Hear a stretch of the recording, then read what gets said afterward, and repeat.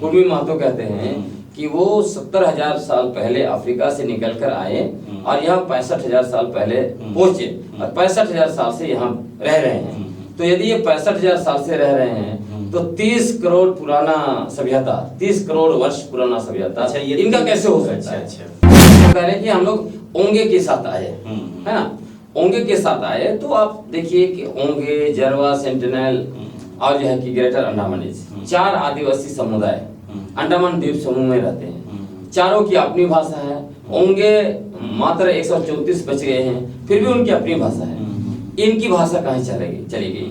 पेशा आज भी ओंगे अपना जो हंटिंग गैदरिंग जो है, मछली मारकर शिकार करके जंगल से फूल फल खा के अपना आजीविका चलाते। उनकी पारंपरिक स्वशासन व्यवस्था है, उनका रंग रूप सब कुछ बरकरार है। इनके पास कुछ भी नहीं है। और इनकी भाषा जो कुड़माली, आजकल उसको लोग कुड़माली बोल रहे हैं, तो कुड़माली और कुड़माली दोनों अलग है। तो दिखाइए अलग अलग कहाँ है? नंबर 1। नंबर 2, ये भाषा विगत 500 साल के अंदर में आई है। तो उससे पहले लगभग 64,000 साल पहले तक ये लोग, इनके पुरखे कौन सी भाषा में बात करते थे?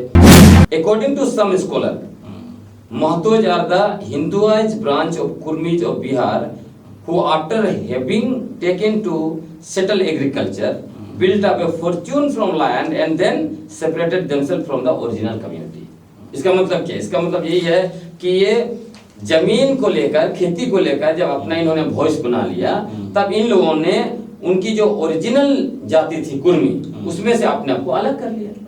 ये कहते हैं हम आदिवासी हैं, लेकिन आदिवासियों से उनकी बेटी रोटी का रिश्ता नहीं है और आदिवासियों से छुआछूत का भेदभाव करते हैं, नफरत करते हैं। वहीं नहीं, उनका तो तर्क ये है, मैं यहीं पे जब बेटी रोटी की आपने बात बोला, माननीय जयराम जी ने भी ये बात को बोला था कि मुंडा उरा में शादी तो होती ही नहीं है, उनको क्यों करेंगे? उनको पता ही नहीं है। नहीं, उनका वो बात है, ये मैं नहीं बोल रहा, वो उन्होंने तो उनको नहीं, उनको जानकारी ही नहीं है। उनको आना चाहिए। आइए दक्षिण छोटानागपुर में सर्वे कर लीजिए, कितना मुंडा और उरांव के बीच, खड़िया के बीच और संताल हो के बीच शादी हुई है। इनको पता ही नहीं है, बल्कि समाज बैठ के शादी कर रहा है आज के समय में। इनको कौन दुनिया में रहते हैं माननीय जयराम महतो जी, पता नहीं है। एक तरफ बोलते हैं कि कुर्मी महतो का कुर्मियों से दूर दूर का कोई रिश्ता नहीं है, हम अलग हैं, कुर्मी बोलते हैं। लेकिन बेटी रोटी का रिश्ता उनका लगातार चल रहा है। आप सर्वे कर लीजिए, पिछला 20 साल का, पुराना मत जाइए, तब आपको पता चलेगा कहाँ कहाँ इन्होंने बेटी दिया है और बेटी लाया है। लेकिन आदिवासियों के साथ इनका नफरत चलता है, कुआं में पानी पीने नहीं देते, सब कुछ आया है। पिछला 20 साल के अंदर का मैं स्टोरी बता रहा हूँ। सारे दस्तावेज का हवाला दे रहे हैं, सब कुछ कर रहे हैं। और अगले जो जिनको कहना है, जिनका मानना है कि हमारे पास मजबूत पुख्ता फर्जी है, इसमें तो अब जनता कंफ्यूज हो रही है ना कि वो भी पेपर लेके आ रहे हैं, ये भी पेपर, पर अभी वो नहीं आ पा रहे हैं। अभी मैंने उनके मैं कल परसों एक फेसबुक पे देखा था एक पोस्ट, उन्होंने, उनका तो दावा है कि आप आइए हमसे टेबल टॉक कीजिए, हम तैयार हैं हमसे टेबल टॉक। पता नहीं, लेकिन उनके जो मेन जो उनके बुद्धिजीवी, जो उसमें आपका भी कमेंट मैंने देखा, मैं आपको बात करता हूँ, उनके पास कोई तर्क नहीं है, वो अच्छा, मतलब अपने से लाते हैं सब कुछ, अपने से बोलते हैं। वो आए, कोर्ट का जज ही अपने आप, वो आए क्यों नहीं? ये देखिए। जोहार आप सभी दर्शकों का झारखंड न्यूज 9 में बहुत बहुत स्वागत है। अभी जो वर्तमान परिस्थितियों में आप जो देख रहे हैं कि हमारे राज्य में बहुत से दावे आ रहे हैं, कुछ जातियां हैं जो एसटी में शामिल होना चाहती हैं और आदिवासी समाज उसका पुरजोर विरोध करना चाह रहे हैं। लेकिन इसमें बहुत सारे तथ्य भी निकल के आ रहे हैं कि हमारे पास एविडेंस है, हम बेहतर हैं, हमारे पास पूरी व्यवस्था है जिसके वजह से हम अपने दावों को रख रहे हैं। लेकिन वहीं दूसरी तरफ आदिवासी समाज हमेशा लगातार विरोध करते नजर आ रही है। अभी तक आपने देखा होगा कि ग्लैडस्टोन जी से मौखिक रूप से सिर्फ हमने बातें की, लेकिन अब समय आ चुका है कि हम उनसे तार्किक रूप से बातें करेंगे, समझने की कोशिश करेंगे कि कौन से ऐसे दस्तावेज हैं जिससे ये लोगों का जो भ्रांतियां हैं, जो भ्रम है, क्या आदिवासी समाज जो तर्क दे रहा है वो सही है या फिर कुर्मी समाज के द्वारा जो तर्क दिया जा रहा है वो सही है। समझने की कोशिश करेंगे, जानने की कोशिश करेंगे। हमारे साथ मौजूद है स्टूडियो में ग्लैडस्टोन रुंग जी, बहुत बहुत जोहार। सबसे पहला प्रश्न आपसे यही रहेगा कि अब जो मौजूदा हालात में हम जो देख रहे हैं, लोग सिर्फ मौखिक रूप से अनाप शनाप एक दूसरे को गाली गलौज करना, लेकिन तार्किक रूप से कोई बातों का चर्चा का विषय बन नहीं पा रहा है पब्लिक डोमेन में। पब्लिक भी जानना चाहती है कि वास्तविकता में इस मैटर पे क्या, कहां फंसा हुआ है मामला, ताकि हम एक बेहतर समाज की परिकल्पना करें, ऐसा कुछ ना हो जिससे कि समाज में एक दूसरे के प्रति कोई द्वेष हो। उसी का हम थोड़ा सा जानने की कोशिश करेंगे आपके माध्यम से कि जो पेपर की जो बात हुई थी पिछले आपका एक इंटरव्यू मैंने देखा था प्रभात खबर में, काफी पेपर और दस्तावेज की बात हो रही थी, तो मामला क्या है, शुरू से मामला क्या है ये जरा दर्शकों को देखिए। सबसे पहले आपके दर्शकों को जोहार, आपको भी जोहार। फिर से जब यह मसला सामने आया और इसकी चर्चा होने लगी और आपने जो प्रभात खबर का डिबेट का रेफरेंस दिया, क्योंकि वो डिबेट अचानक में बुलाया गया और मुझे और भी कार्यक्रम थे, इसलिए मैं उसकी तैयारी के साथ नहीं गया था। तभी से ये लोग कह रहे थे कि बहुत बड़ा नैरेटिव बना रहे थे, कुर्मी महतो जाति के जो भी बुद्धिजीवी हैं या उनके पॉलिटिकल लीडर्स हैं, कि जो भी आदिवासी, खासकर मैं जब बात करता हूँ तो मेरे पास कोई पेपर नहीं है, कागज नहीं है, बस हवा में बात करता हूँ। तब मैंने रिसर्च किया, कागज ऑलरेडी मेरे पास थे, फिर मैंने सब चीज़ों को बाहर निकाला और जब से मैंने प्रेस कॉन्फ्रेंस किया और बहुत सा चीज़ों को खुलासा किया और कुछ बाकी भी थे, अभी भी रिसर्च चल रही है, तो उसके बाद उनके बुद्धिजीवी वगैरह जो है कि नहीं आ रहे हैं। उनके बहुत सारे ऐसे नैरेटिव थे जिसको तर्क और दस्तावेज के साथ हमने नेस्तनाबूद कर दिया, धराशायी कर दिया। और आपके साथ भी निरंतर चर्चा हो रही थी, लेकिन आपके यहाँ कोई कागज मैंने दिखाया नहीं था, इसलिए बेहतर अवसर है कि हम आपके साथ कागज दिखाकर चर्चा करें। ऐसा है कि पब्लिक भी आज के तारीख में जो माहौल बना हुआ है, कुछ लोग इस माहौल में जो आपसी जो एक भाईचारा का जो संबंध रहा है हर समाज के साथ, आज कहीं ना कहीं एक मनमुटाव सा हो रहा है। भले ग्राउंड में दिख नहीं रहा है लेकिन आपसी एक द्वेष हो रहा है। तो हम चाहेंगे कि कम से कम द्वेष खत्म हो, लोग तार्किक रूप से बातों को समझे। और ये जो आप दस्तावेज प्रस्तुत कर रहे हैं, इसमें भी जनता ये भी तो जानना चाहेगी ग्लेनसन डुंडुम के ये दस्तावेज को लोग क्यों माने। बिल्कुल, तो मैं सबसे पहले तो इनके जो नैरेटिव्स हैं, क्योंकि ये दस्तावेज मैंने लिखा नहीं है, बिल्कुल बहुत बड़े बड़े राइटर्स लोग लिखे हैं, या अंग्रेजों के ज़माने में ये सरकारी दस्तावेज है, चाहे वो गजेटियर हो या फिर जो है तो एथनोग्राफिक रिपोर्ट्स हों या फिर और भी दूसरे रिपोर्ट्स है, सुप्रीम कोर्ट हाई कोर्ट की जजमेंट्स है, वो सब चीज़ें तो मेरा तो है नहीं, मैं बस दिखा रहा हूँ। इनका जो सबसे बड़ा ये जो तर्क था कि ये झारखंड में खासकर छोटानागपुर के सबसे पुराने बाशिंदे हैं और उसके लिए उन्होंने सबसे पहले राढ़ सभ्यता का आड़ लिया। वो कहने लगे कि राढ़ सभ्यता जो है यहाँ की सबसे पुरानी सभ्यता है और राढ़ सभ्यता उनका है। बजट आप देखेंगे सोशल मीडिया में 2 साल पहले से निरंतर कई जो है कि वीडियो बनाए गए हैं राढ़ सभ्यता के बारे में और बताया गया है वो मूलतः कुर्मी महतो की सभ्यता थी। अब ये जो राढ़ सभ्यता है ये एक दस्तावेज है, जो पुस्तक है सभ्यता का आदि बिंदु राढ़। श्री प्रभात रंजन सरकार उसके लेखक हैं और वो उनको विद्वान माना जाता है। उसके कुछ प्रति मतलब पेज को मैंने जेरोक्स किया है। अब ये राढ़ सभ्यता के बारे में वो लिखते हैं यहाँ कि राढ़ सभ्यता 30 करोड़ वर्ष पुरानी बात है ना। और ये भी ऑस्ट्रो एशियाटिक भाषा शब्द से निकला हुआ है जिसका अर्थ है रक्त मृत का देश, है ना। और ये इसमें कोई इंसान रहता नहीं था। आप दूसरी बात इसमें ये बोलते हैं कि जब इसमें जो इंसान रहते थे वो कहते वो लाखों वर्ष पहले की बात है। उसके बाद लेकिन नहीं, यहीं पे मैं बोलूंगा इनका तो तर्क है कि जो सभ्यता है वो 65,000 नहीं, मैं आ रहा हूँ उस पे। उसके बाद ये भी देख लीजिए, इसमें देखिए मनुष्य राढ़ सभ्यता में कौन मनुष्य रहते थे उसके बारे में लिखा है। उन्होंने लिखा है राढ़ सभ्यता की जनता, राढ़ के मनुष्य मुख्यतः ऑस्ट्रिक और निग्रो मिश्रित जाति थे। ये लिख रहे हैं।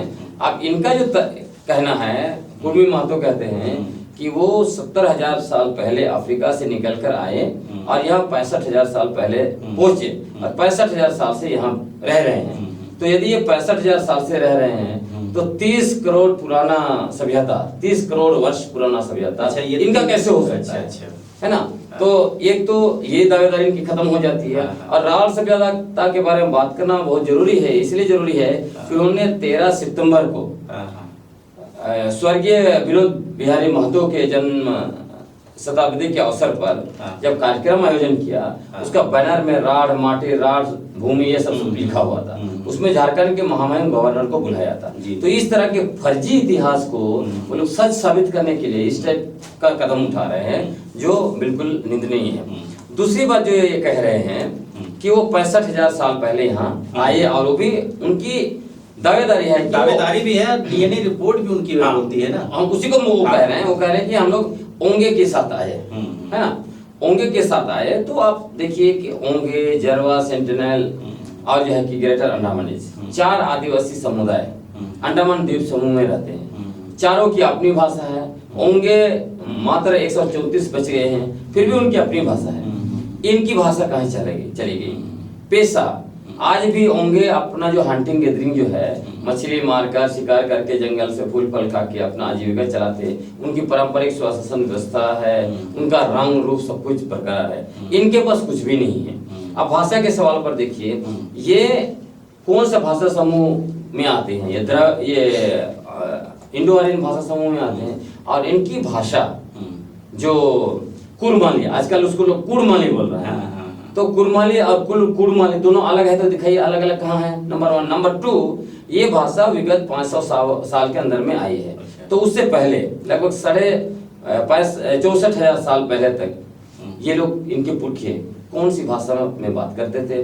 पेशा की बात, कुड़मी का अर्थ कोड़ना बोलते हैं। इनकी मूल पेशा कृषि है। तो ये भी बताए एक लोग कि आखिर ये जो लगभग 55,000 वर्षों तक इनके पुरखे कैसे जिंदा थे, ये सवाल बनती है। और आपको मैं बताता हूँ, एक रिपोर्ट है। रिपोर्ट क्या है? गजेटियर। चूंकि गजेटियर मैंने इसलिए निकाला है, ये नहीं, आप जब गजेटियर की बात कर रहे हैं तो नहीं, मैं इससे जुड़ा हुआ इसलिए मैं बता रहा हूँ।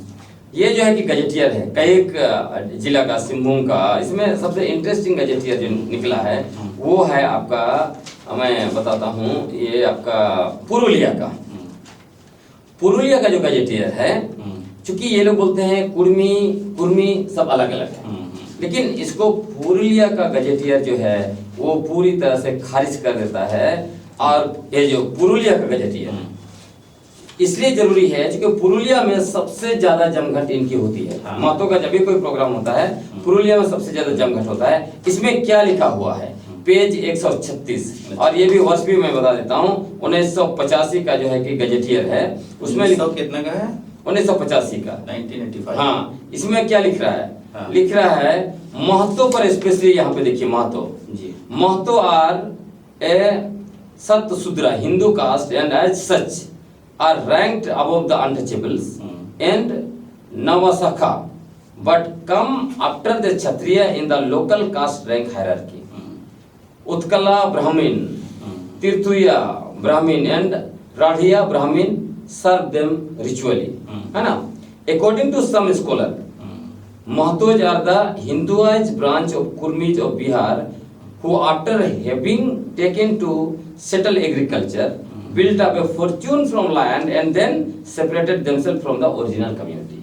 इसका मतलब क्या है? इसका मतलब यही है कि ये जमीन को लेकर, खेती को लेकर जब अपना इन्होंने वॉइस बना लिया, तब इन लोगों ने उनकी जो ओरिजिनल जाति थी कुर्मी, उसमें से अपने आप को अलग कर लिया। अच्छा। हाँ, तो इनका तो ये भी कहना है ना कि हम बाहर के जितने भी स्टेट है उससे हमको कोई मतलब नहीं है, विशेषकर बिहार वाले से हमको। हाँ, मैंने कहा, हाँ वही तो, लेकिन अलग है उनसे, इसीलिए तो मैंने दिखाया। हाँ। इसीलिए मैं कागज दिखा रहा हूँ कि वो अलग कहीं से भी नहीं है। दूसरी बात, आप उनसे ये पूछिए, ये कहते हैं हम आदिवासी हैं, लेकिन आदिवासियों से उनकी बेटी रोटी का रिश्ता नहीं है, और आदिवासियों से छुआछूत का भेदभाव करते हैं, नफरत करते हैं। वहीं नहीं, उनका तो तर्क ये है, मैं यहीं पे जब बेटी रोटी की आपने बात बोला, माननीय जयराम जी ने भी ये बात को बोला था कि मुंडा में शादी तो होती ही नहीं है, उनको क्यों करेंगे? उनको पता ही नहीं है। नहीं, उनका वो बात है, ये मैं नहीं बोल रहा, वो उन्होंने तो उनको नहीं, उनको जानकारी ही नहीं है। उनको आना चाहिए। आइए दक्षिण छोटानागपुर में सर्वे कर लीजिए, कितना मुंडा और उरांव के बीच, खड़िया के बीच और संताल हो के बीच शादी हुई है। इनको पता ही नहीं है, बल्कि समाज बैठ के शादी कर रहा है आज के समय में। इनको कौन दुनिया में रहते हुए मानिए जयराम महतो जी पता नहीं है। और इनका देखिए, एक तरफ बोलते हैं कि कुर्मी महतो का कुर्मियों से दूर दूर का कोई रिश्ता नहीं है, हम अलग हैं, कुर्मी बोलते हैं, लेकिन बेटी रोटी का रिश्ता उनका लगातार चल रहा है। आप सर्वे कर लीजिए, पिछला 20 साल का, पुराना मत जाइए, तब आपको पता चलेगा कहाँ कहाँ इन्होंने बेटी दिया है और बेटी लाया है। लेकिन आदिवासियों के साथ इनका नफरत चलता है, कुआं में पानी पीने नहीं देते, सब कुछ आया है पिछला 20 साल के अंदर का मैं स्टोरी बता रहा हूँ। तो ये सच्चाई है। और मसला यह है कि आखिर ये जो कुर्मी ये लोग आए कहाँ से? क्योंकि 65,000 साल पहले आए, ये तो दावा खारिज हो जाता है, सवाल ही नहीं पैदा होता। आपके लोग क्यों विश्वास करेगा कि मतलब आप बोल दे कि दावा खारिज हो? मैं तो दिखा रहा हूँ ना आपको दस्तावेज। आप तो दस्तावेज दिखा रहे हैं। आप इस दस्तावेज पे मान के चलिए, इसी दस्तावेज का हम एक मिनट बात करते हैं, ठीक है? आपने बोल दिया कि ये खारिज हो गया, ये आपने बोला, ये अपना विचार है। इस दस्तावेज के क्या इस दस्तावेज को माननीय सुप्रीम कोर्ट मान्यता देगी? क्यों नहीं देगी? ये सरकार का गजेटियर है। पूरा भारत का इतिहास जितने भी किताब लिखे गए हैं, हर जगह हर डिस्ट्रिक्ट का गजेटियर का रेफरेंस है। क्यों नहीं देगी? ये बिल्कुल देगी। सरकार का दस्तावेज, मेरा दस्तावेज नहीं है। आपके पास जो है, उनके पास भी तो है पेपर।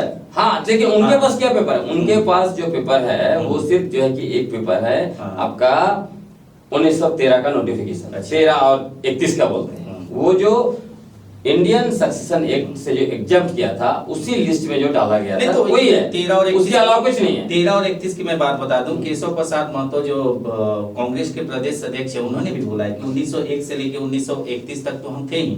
फिर आपका विद्युत चरण महतो का भी कहना है, जो बीजेपी से है, 1913 में भी हम लोग सेंसस में थे। तो उनका तो ये कहना, उनके बड़े दिग्गज लीडर भी इस बात को समर्थन करते हैं। तो एक ग्लैडसन डुंडू ही आके मतलब फैसला कर दे कि कहानी खत्म हो गई। देखिए मैं आपको दिखाता हूँ, ये है चिट्ठी।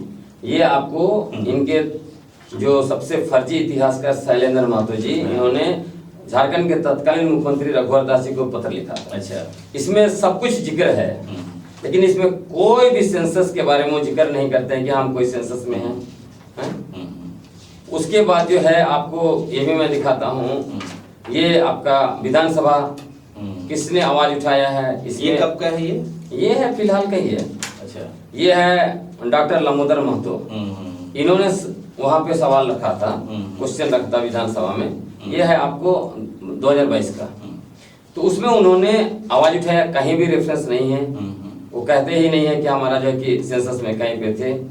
उसके बाद प्राइवेट बिल लाया गया लोकसभा में विद्युत चरण महतो के द्वारा।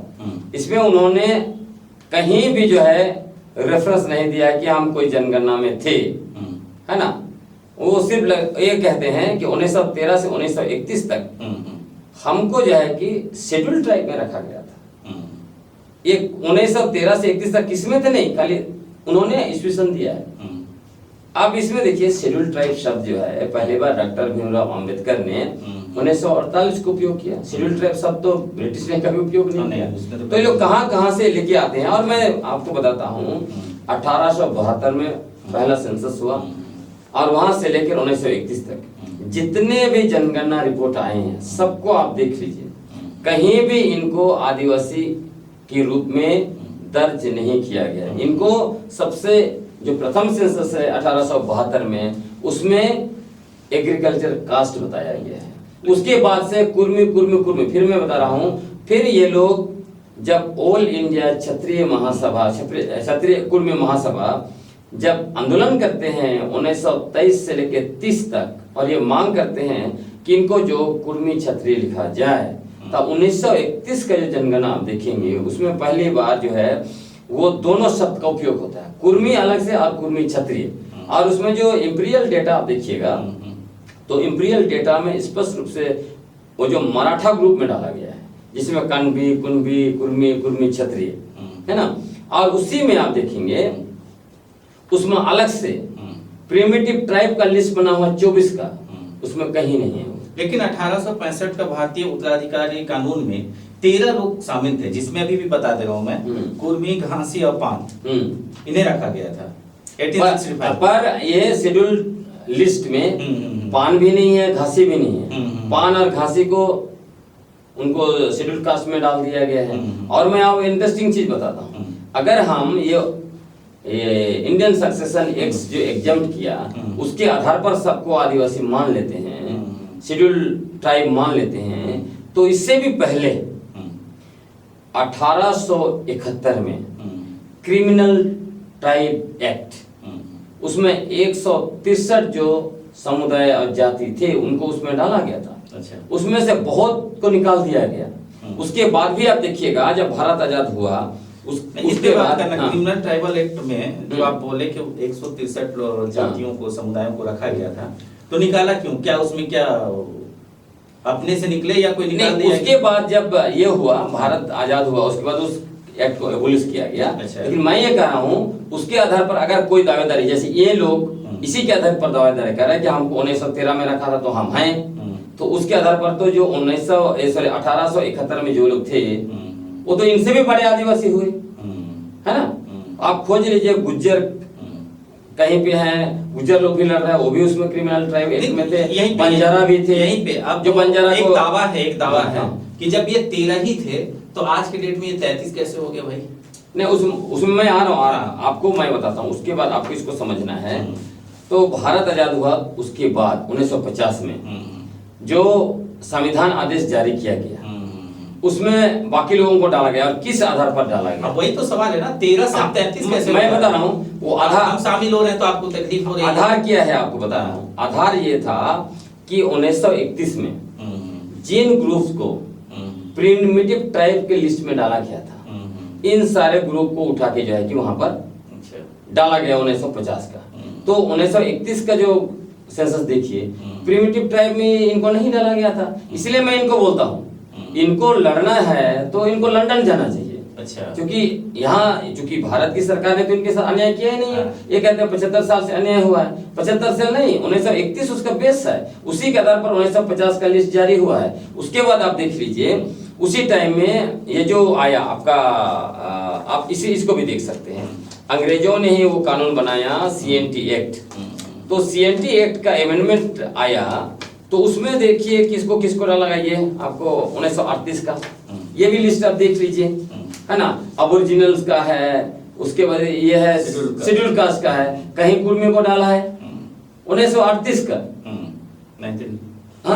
1938। इसीलिए तो मैं कह रहा हूँ इनके साथ अन्याय किया है, इनको लगता है अन्याय हुआ है, तो ये आपको लंदन वाले की है। नहीं तो ये तो रिजले का हवाला देते हैं कि हम रिजले तो बहुत पहले की बात है, 1892 हाँ। तो उनको भी तो ये आधार मान ही रहे रिजले को। उसमें हम लोग आएंगे, उसमें भी हम आते हैं।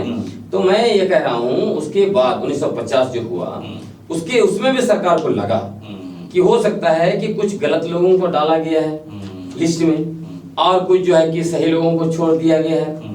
तब जो है आपको लोकूर कमेटी बनता है 1965 में, और दोनों को मतलब शेड्यूल्ड ट्राइब और शेड्यूल्ड कास्ट दोनों का लिस्ट को फिर से वेरीफाई करने के लिए बनता है। और उसमें उस लिस्ट में देखिएगा बहुत लंबा चौड़ा रिपोर्ट है, उसको पढ़ना चाहिए।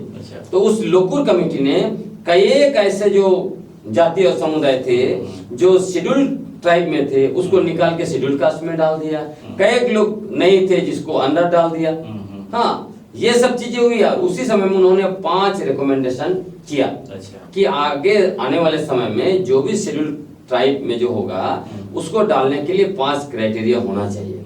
उसमें प्रिमिटिव ट्रेट, तो पहला प्रिमिटिव ट्रेट जो है वो हंटिंग एंड गैदरिंग और एनिमिज्म। अब इनके बीच ना हंटिंग गैदरिंग है ना एनिमिज्म है, इनके सारे दस्तावेज में लिखा हुआ है ये तो कृषि नहीं। एनिमिज्म मतलब सरना, तो सरना पूजा दे करते नहीं है, हर जगह हिंदू लिखा हुआ है। जैसे उसी तरह चेरो खेरवार, उनका भी हिंदू 100% ही हिंदू लिखा हुआ है। मतलब 1931 का जनगणना अगर देखेंगे, इंपीरियल डेटा तो आपको पहले पता चलेगा कि चेरो लोग 100% हिंदुइज्म को मानते थे, 100% चेरो।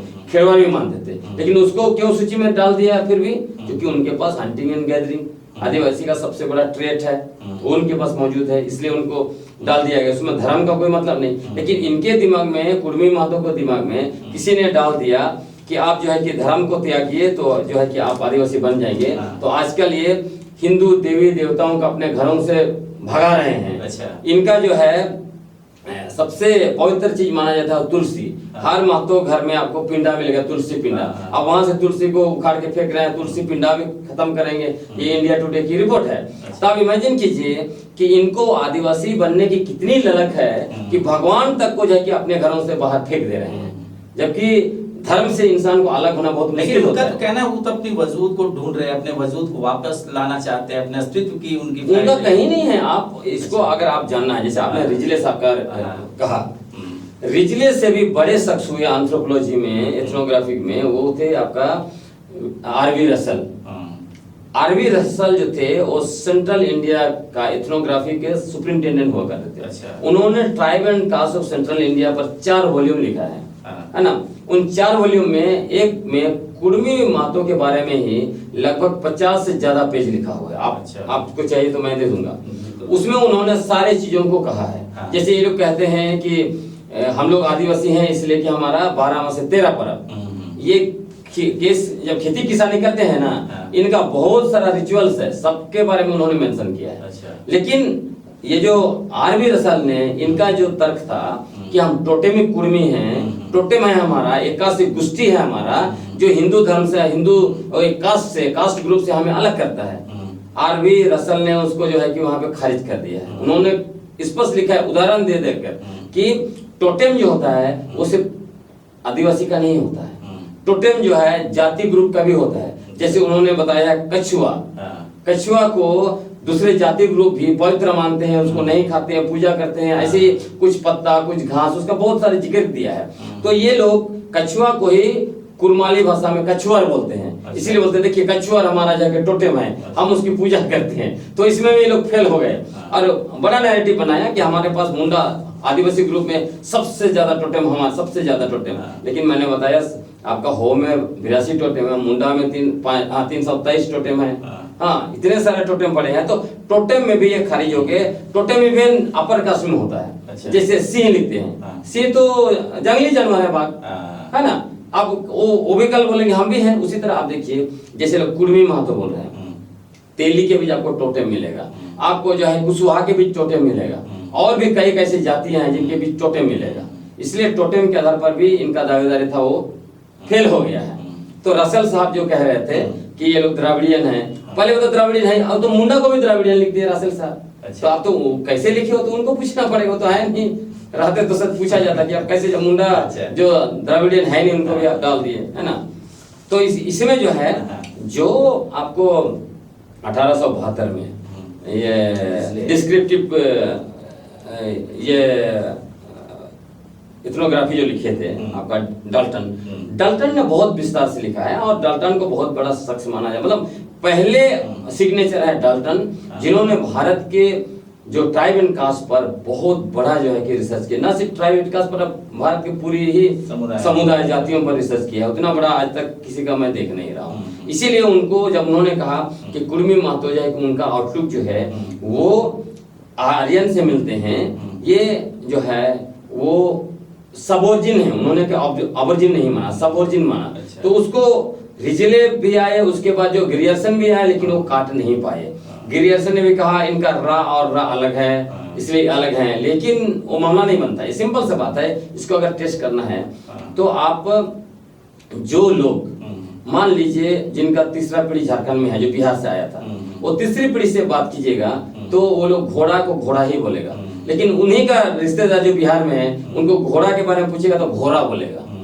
तो आप बोलिएगा वो घोड़ा बोलता है बिहार का कुर्मी, इसलिए हम अलग, वो अलग है, और हम घोड़ा बोलते हैं इसलिए हम अलग है। यही ये लोग बोलते हैं।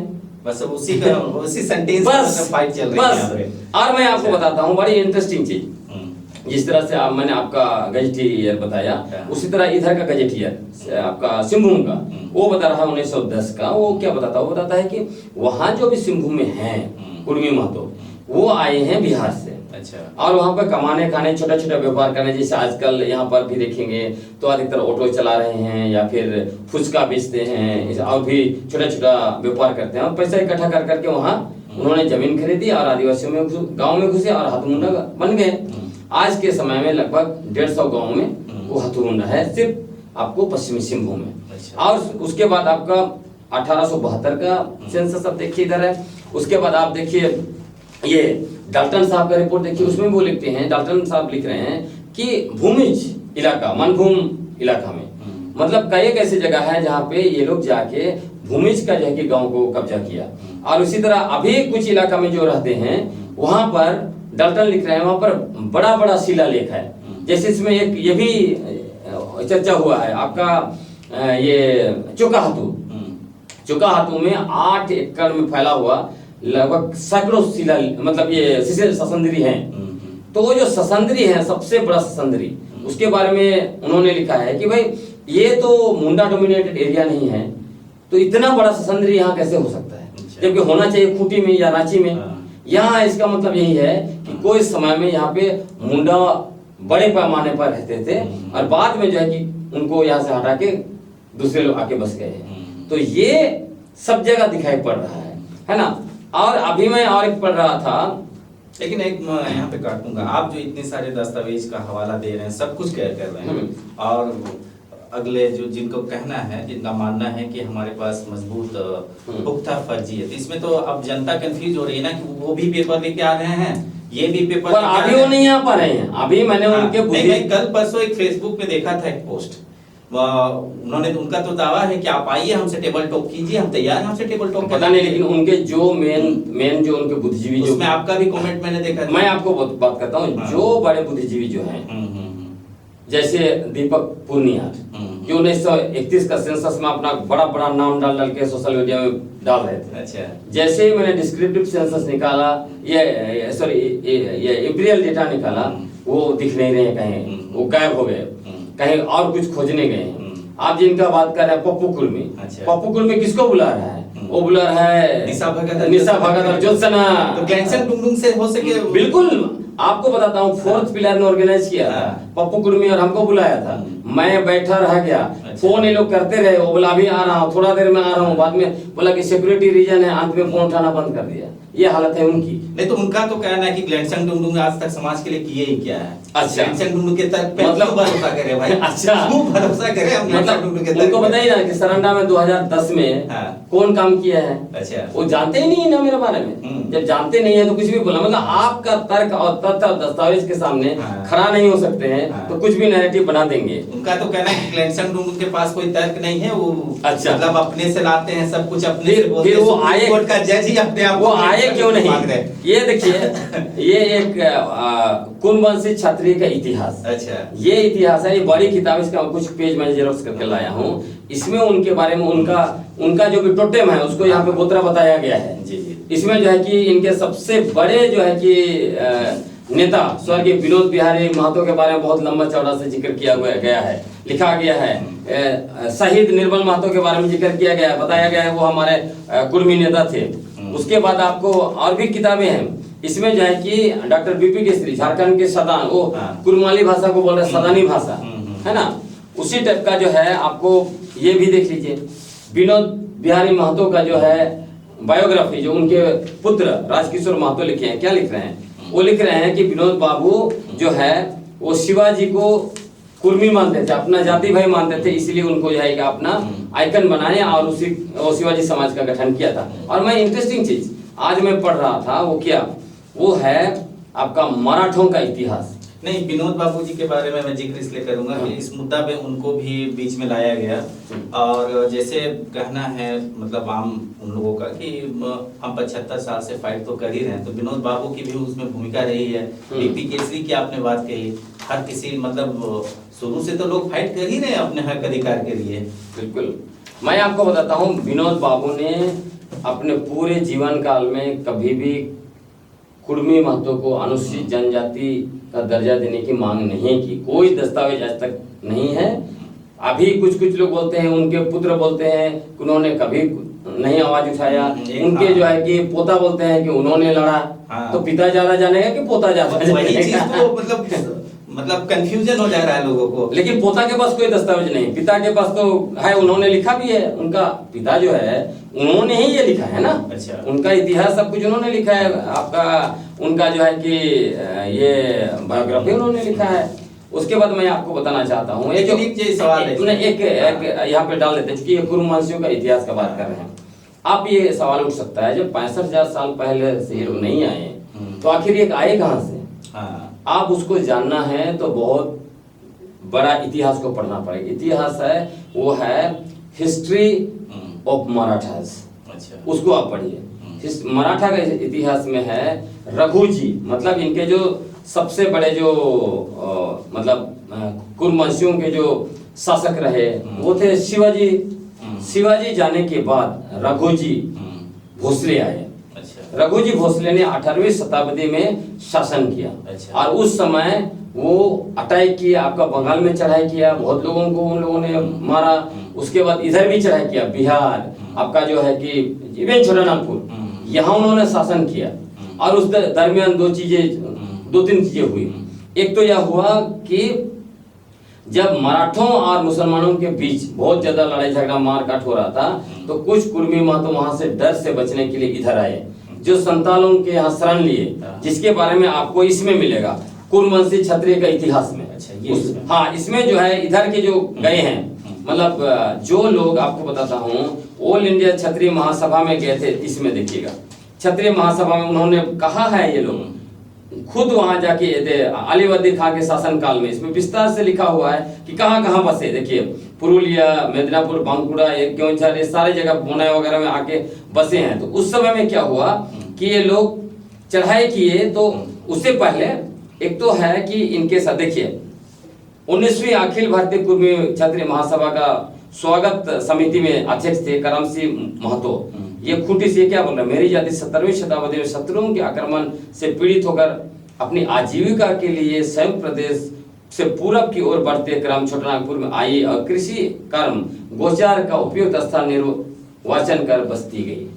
तो ये पहला था, मतलब 17वीं शताब्दी के आखिरी में ये लोग उधर प्रताड़ना से बचने के लिए भाग के आए और संतालों के बीच रहे। संतालों ने उनको जो है कि शरण दिया, और इसीलिए माझी महतो भाई भाई, जिसके बारे में रिजले भी लिखते हैं कि माझी लोग महतो को भाई बोलता है। उसके बाद 18वीं शताब्दी में जब ये आए आपका क्या बोलते हैं रघुजी भोसले, तब इनके सेना में वो लोग थे। रघुजी भोसले खुद कुर्मी हैं, तो इनके सेना में जो लोग थे वो लोग चढ़ाई किया और यहाँ छोटानागपुर में भी वो लोग शासन किया। उसी टाइम में ये लोग उधर फैल गए और यहीं पे लोग रह गए। वो दूसरा और तीसरा जो है वो मूल रूप से कमाने खाने, जो मैं ऑलरेडी आपको एग्जांपल बताया, उसमें आपको यहाँ भी मिलेगा। ये सिंहभूम का गजेटियर, वो भी मैं आपको चाहिए तो मैं दिखा दूंगा। सिंहभूम का गजेटियर जो आपको मिलेगा, उसमें सिंहभूम बोलते हैं संताल परगना का 2 गजेटियर है। एक तो है पीसी रॉय चौधरी का 1985 का, और उससे पहले जो है और एक गजेटियर है संताल परगना का, ये ओमले का, ये 1910 का।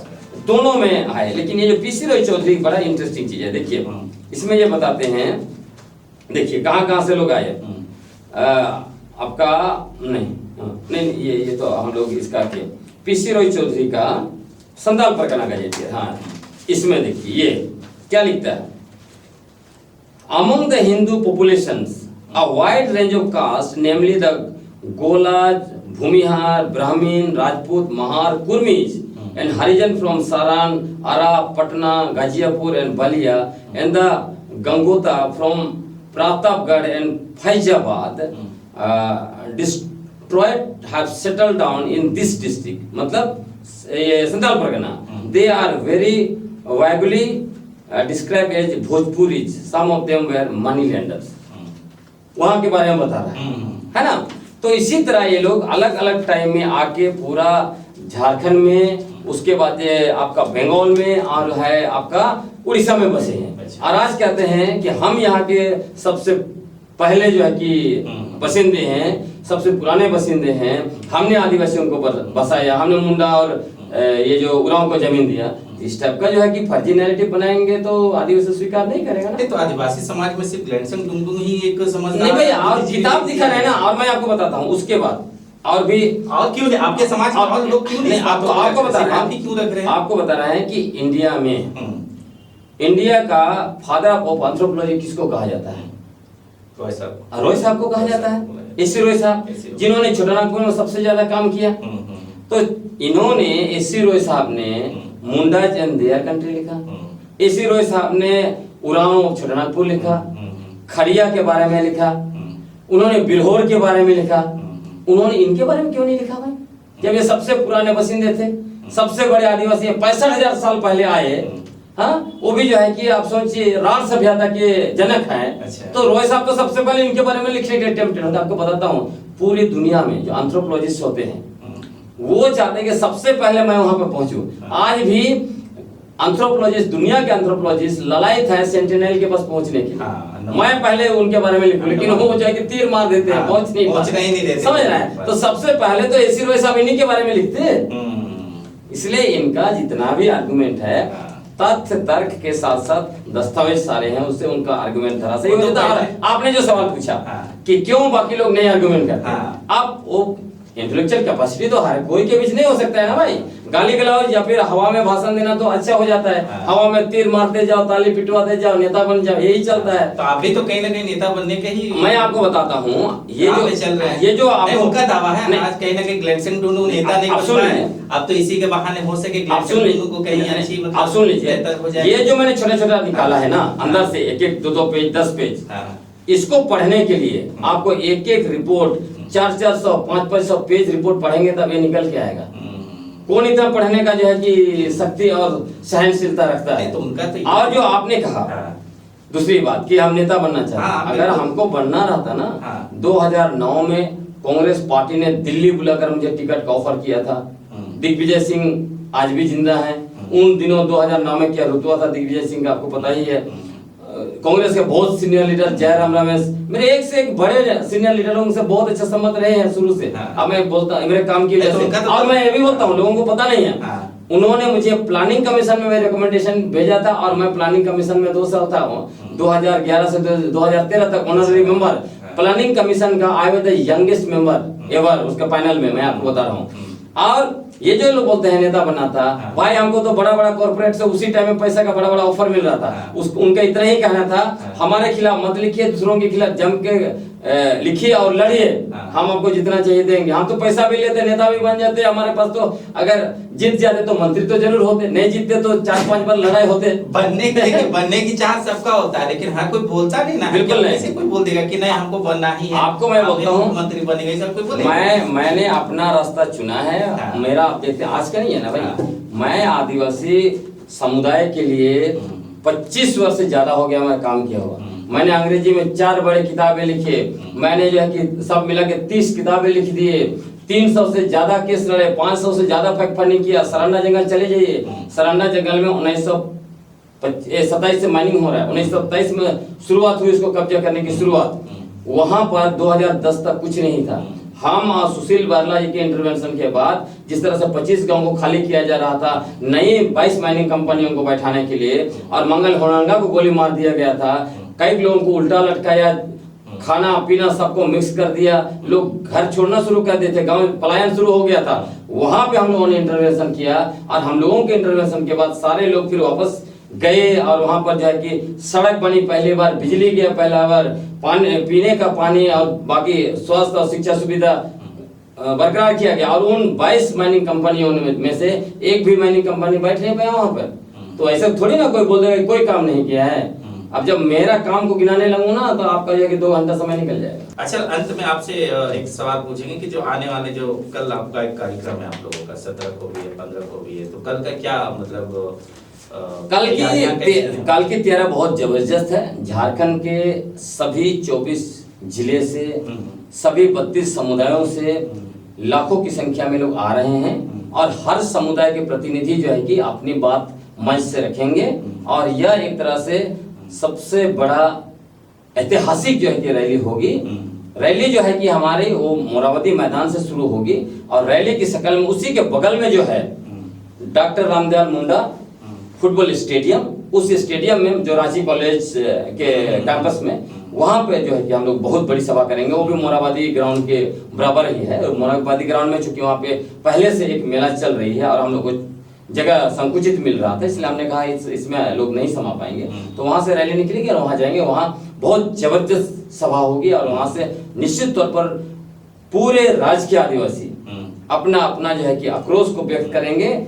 और वहां से उलगुलान का भी ऐलान होगा, क्योंकि हम लोगों को बार बार जो है कि उंगली किया जा रहा है। ये लोग बोल रहे हैं कि हम लोग उग्र आंदोलन करेंगे, तो कभी बोलता है कि हम लोग इकोनॉमिक शटडाउन करेंगे। जो करना है करिए, लेकिन आप ना आदिवासी थे, ना है, ना रहेंगे। हम लोग जो है कि अपना अस्तित्व की लड़ाई के लिए झारखंड का एक एक आदिवासी अपना खून का एक एक कतरा देने के लिए तैयार है। चलिए, कल तो 12 तारीख है और कल कार्यक्रम है आदिवासी जन आक्रोश रैली के साथ। ग्लेनसन टुडू भी हैं, अजय तिर्की का भी कार्यक्रम है। 17 को आप प्रेमसाई मुंडा के जितने ग्रुप हैं सबका कार्यक्रम है। पूरे आदिवासी समाज का 2 दिनों तक रांची में विशेषकर 12 और 17 तारीख को है। 15 को पलामू में भी कार्यक्रम होने वाला है। अंत में ये जानना चाहेंगे कि जो हम लोगों ने बातें की, अब तो ये जब जाएगा सोशल मीडिया पे तो बहुत तो कमेंट आएंगे, बहुत सवाल आएंगे, ग्लेनसन टुडू से बहुत जवाब देना, रोम की भी बात आपने, तो ये ये जवाब आपको देना होगा। तो दर्शकों को बस इतना ही कहना चाहेंगे, आपको कैसा लगा आज का हमारा कार्यक्रम, कैसा लगा आज विचारों का, क्योंकि रोड पे फाइट करना, एक दूसरे को गाली गलौज देना, ये समस्या का समाधान नहीं है। समस्या का समाधान बौद्धिक स्तर पे होना चाहिए, सही तरीके से होना चाहिए, किसी भी समाज के साथ कोई अन्याय नहीं होना चाहिए। अपनी प्रतिक्रिया हमारे कमेंट बॉक्स में आप दे सकते हैं। तब तक के लिए बने रहिए झारखंड न्यूज़ 9 पे। जोहार।